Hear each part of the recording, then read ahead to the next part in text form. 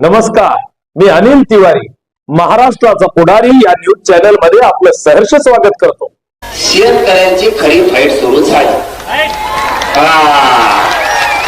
आता समजायचं तुमच्या पदरात पडलं, आरक्षण पडलं नाही आणि मी म्हणलेलं हे पडलंच म्हणून समजायचं. फक्त आता तुम्ही नीट डोकं लावून ऐकायचं आणि वेळ द्यायचा. वेळ देणार का? पहिला मुद्दा सांगितला, दुष्काळ ओला जाहीर करायचा दिवाळीच्या आत. दिवाळीच्या आत 70,000 रुपये हेक्टरी द्यायचे. कोणाला? शेतकऱ्याला पण सरसकट. कोणाला? ज्यांचे शेत वाहून गेले नाही त्यांना.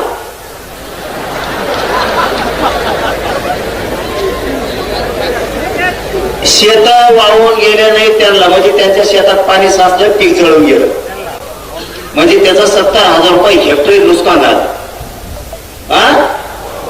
आता राहिला दुसरा, ज्याच्या नदीच्या शेजारचे वावर होऊन गेले आणि पीक होऊन गेलं त्याला 1,30,000 रुपये भरपाई द्यायची.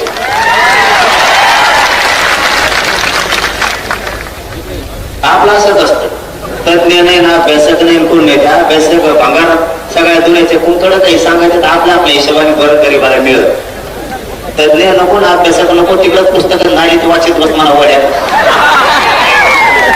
ज्याचं शेत वाहून गेलं आणि पीक पण त्याच्या बरोबर गेलं त्याला 1,30,000 रुपये द्यायचे. हे झाले 2 काम.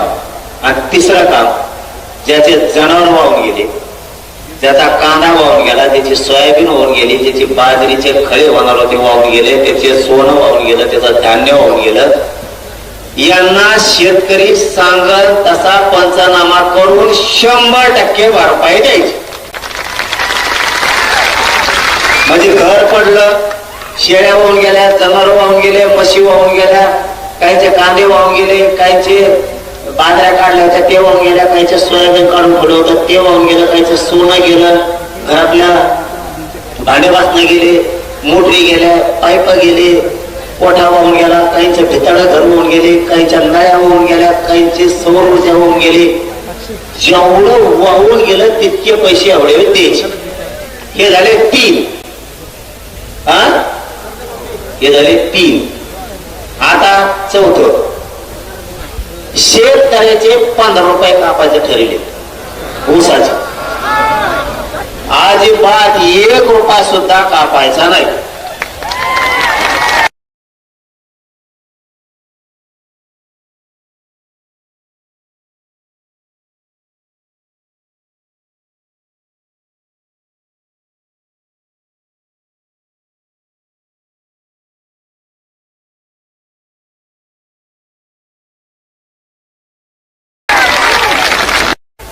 $20,000 पगार आहे, त्याचा 1/4 हिस्सा कापा 5,000. ज्याला 1 लाख आहे त्याचे 25,000 कापा. ज्याला 2 लाख आहे त्याचे 50,000 कापा. 1/4 हिस्सा कापाय. त्याला काही गोबीचा पाय लागला होणार आहे का? पगार फुकटात हे वावर कुठंतरी हडकेलेला असेल, नोकरी म्हणल्यावर कुठंतरी आम्हाला तिकडं सापडेला असेल, त्याच्यामुळं हे कापा. कमीत कमी 4-5 लाख अधिकारी असतील नोकऱ्यावाले सगळे. 10 लाख. या 10 लाखातच जवळपास 1,000 कोटी रुपये जमा होते. हे प्रत्येक राजकीय पक्षाकडे हे करायचा. सरकारला सांगतो, मुख्यमंत्र्याला सांगतो, हो ते पैसे कापायचे नाही, नोकऱ्यावाल्याचे पुरेचे पैसे कापा. टोटल 1,000 रुपये ठेवू नका, त्याचे 1/4 हिस्सा कापून टाका, शेतकऱ्याला वाटा. इकडे शेतकऱ्यात पुढे का म्हणतो त्याचे 5-8 खायची येळ आली, तू कुठं खातो रे? ते जमणार नाही. 1 एकर ऊस लावायचा, त्याच्यात तुला 15 रुपये द्यायचे, तू जर काढी लागली काय तिकडे? आणि तो पोराचा टायरच 1 लाखाचं गाडीच. ही केवढं ती गाडी? दुसरा मुद्दा, एका पक्षाकडे 1,000 लोक आहेत मराठ्यावर. निवडणुकीच्या दिवशी म्हणतात 500 कोटी दिने देतोय कंपनी बंद पाडी. आता रोग आला का सरकारला? जेवढे जेवढे व्यावसायिक उद्योगपती येतं, राजकीय लोक येतं, खासदार आमदार येतं, मंत्री येतं, त्यांच्याकडे प्रॉपर्ट्या हजार हजार कोटीच्या आहेत ना. 1 एकर ऊसावर 15 रुपये कापी तू कशाला. आता देवेंद्र फडणवीसची प्रॉपर्टी कमी असेल का.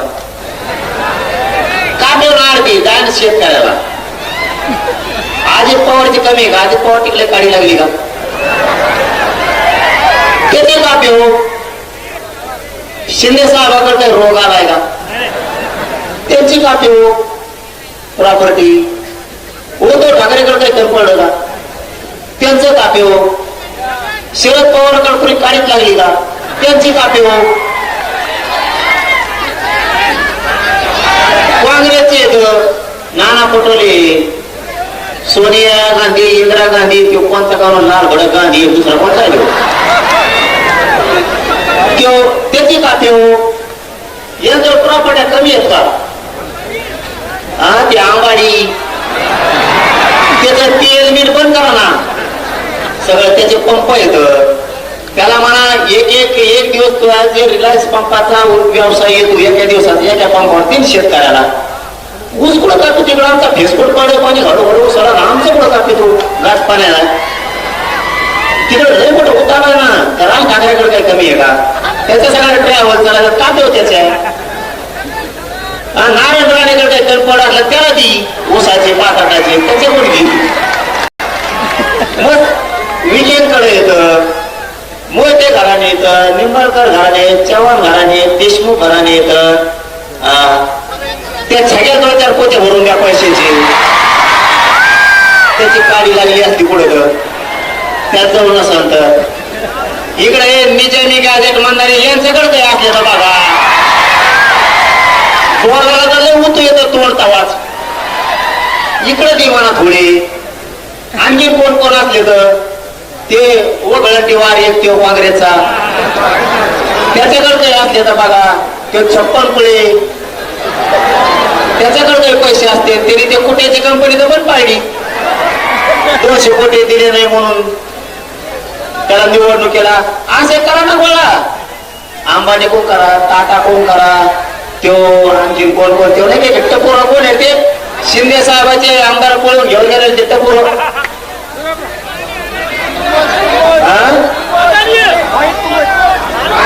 ते नाही उंटावडे नाकाचं ते कंबोडा कंबोडा काय नाव कोण आल्यात पायदशी. त्याच्याकडे मार माझा पैसा आहे. काढा नाही कंबोडा का काय कोण काढून शिंदे साहेबाची सीट घेऊन पळून गेला आहे कंबोडा. पुरं इमानात बसलं तर काढायच्या बाहेर इतकं उच्च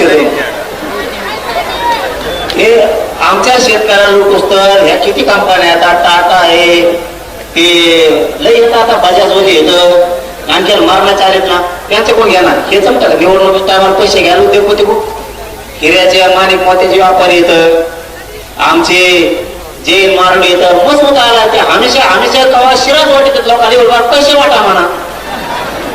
आहो पटेल आहो पटेल आहो पटेल पटेल गेलाच उधार घ्या तिथं झाक मारायला. पाटील या पाटील या पाटला दिला 5-5 जणांना उधार घेऊन बोकांडी टाकलं त्या मारल्याने आमच्या याचा सगळं 3 रुपये शाकडा. आपला म्हणतो 5 होता रे 3 दिला 3 दिले. तो थोबाड हाणलं पाहिजे. 3 दिले 3 दिले. तुम्ही कवा डोकं सुधारणार आहे तुमचं कवाने. आता तो एक तो मुसलमानात हिरो कोणता ते टीव्ही लगेच होते ते नंबर 1 ला आला पैशाला तर जगात. दरबूज खान शाहरुख खान हा तो देशात नंबर 1 ला आला. तेच म्हणा इकडे झाला. हा हे नाही का जमत मुख्यमंत्र्याला. इतके हिरो येत यांच्या गाड्या लोक सांगत येत या काय म्हणजे 12-12 कोटीची गाडी. आपण लोकांच्या गाडीत कुठलं तर तेव्हा त्याने आलिशान गाडी घेतली. तो तुता आणला पाहिजे आलिशान घेतली. त्याच्या गाडीत बसून आला म्हणा आलिशान गाडी घेतली गाडीची. त्याच्यासाठी डिझेल टाकलं मला पैसे लागला रिक्षा. यांच्याकडे जर इतकं आहे हे समजून घ्या. हे विनोद नाहीये. इतके मोठमोठ्या लोक त्यांजवळ कंपन्यात यांना यांच्याकडून सगळे पैसे वसूल करा. 1000 लोक सगळ्या पक्षाकडे 1000 लोक 1-1 कोटी घेतले तर 1000 कोटी रुपये जमा होते एका दिवसात. मुख्यमंत्र्याला जमत नाही घ्या करायला शेतकऱ्याला द्यायला. हे झाला मुद्दा क्लिअर.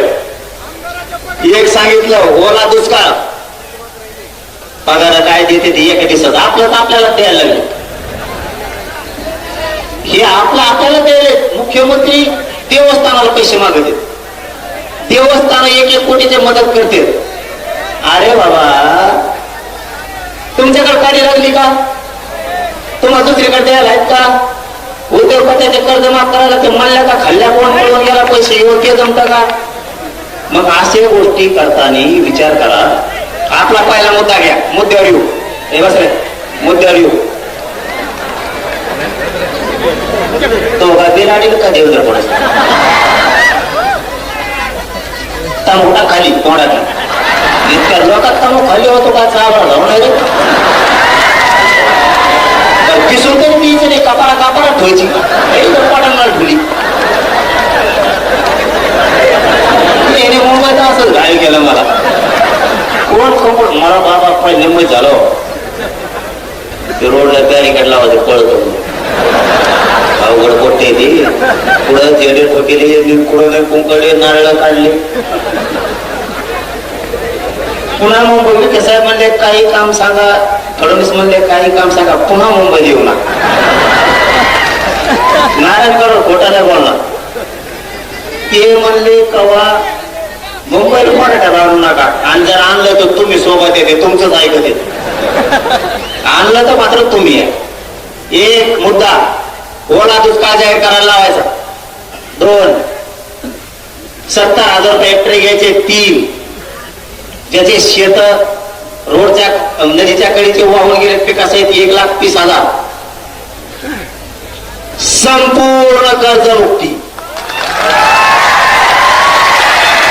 सुट्टी नाही शेतकऱ्याला मागे सरकारचं नाही, संपूर्ण कर्जमुक्ती.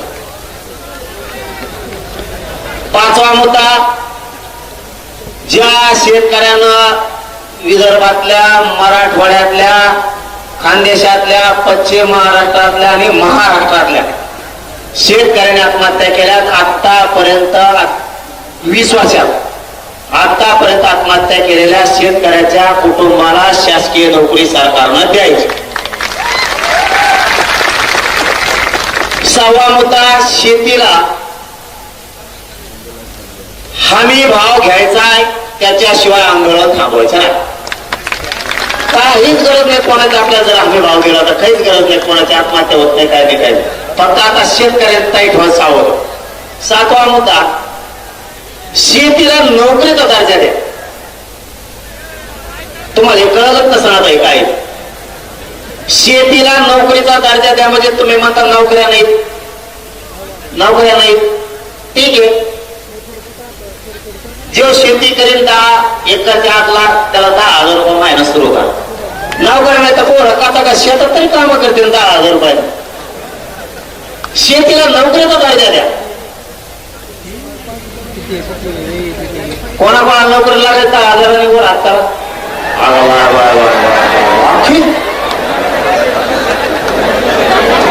मग आहे का नाही चांगली मागणी आपली? शेतीला तुम्ही म्हणता नोकऱ्या नाहीत, शेती कशी देईल? पोरं नाक तरी लागल पोराला. शेतात काम करायचं त्या पगारामुळं. पोरं शेतात काम करणं, पोरं वावरही करायला लागले. आणि 7वा मुद्दा, शेत इकायचे नाही. शेत कोणी इकायचे नाही. आता हे जर दिवाळीपर्यंत केलं नाही, आता सांगितलेले 7 मुद्दे सरकारनं जर केले नाही, त्यात काही राहिला का की? आणि 3 ट्रिगर. 8वा मुद्दा, पीक विम्याला यांनी 3 ट्रिगर बसवले, ते ट्रिगर उठवायचे. पीक विमा सगळा द्यायचा. हे जर दिवाळीपर्यंत केलं नाही तर आपण एक काम करू. महाराष्ट्रातले सगळे शेतकरी एक तर धाराशिव जिल्हा किंवा बीड जिल्ह्याच्या बाउंड्रीवरती बैठकीला बोलू, किंवा जालना जिल्हा, संभाजीनगर, जळगाव, बुलढाण्याच्या मधी बाउंड्रीवर जर कुठं जागा असेल तर तिथं महाराष्ट्रातले सगळे बैठकीला बोलू, किंवा मग अहिल्यानगर, सोलापूर किंवा बीड जिल्ह्याच्या बाउंड्रीवरती एखादं गाव शोधून तिथं बैठकीला शेतकरी बोलू आणि किती तारखेला आंदोलन सुरू करायचं हे सांगू. आधी बैठक घेऊ, आणि नंतर आंदोलन सुरू करू. शेतकऱ्याला न्याय देऊस तर मागं हटायचं नाही. प्रत्येकाच्या मनामनातील मातीच्या कणाकणातील आपल्या व आपल्या हक्काची ललकारी महाराष्ट्राचा पुढारी पाहण्यास विसरू नका.